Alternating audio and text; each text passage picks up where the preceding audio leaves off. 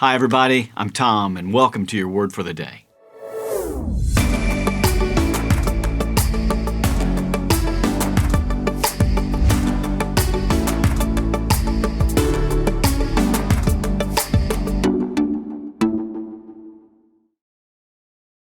The word for today is wait, as in W-E-I-G-H-T. And our scripture is Hebrews chapter 12, verse 1, that says, "Therefore, since we are surrounded by a huge crowd of witnesses to the life of faith, let us strip off every weight that slows us down, especially the sin that so easily trips us up, and let us run with endurance the race God has set before us." Have you ever spent much time in the weight room? You know, the weight room was always intimidating to me. And there are two reasons for that fact. Number one, the room was filled with weights. And number two, the room was filled with people who could lift those weights. Well, when the writer of Hebrews mentions weights, he's not referring to the weight room.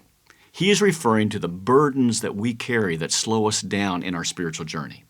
So let me give you one example of a spiritual weight: worry. You know, we can get so burdened down and weighed down by worry that it slows our spiritual progress. We concentrate more on what we're worrying about than on the race that God has for us. So just think about what you worry about every day. Maybe it's money or people or safety. But God doesn't want us to worry about those things. He wants us to fix our eyes on the race He has for us and let Him care for us and what's concerning us. So today's verse tells us to strip off every weight that slows us down and run with endurance the race God has set for us. Two encouraging things that jump out at me from this verse.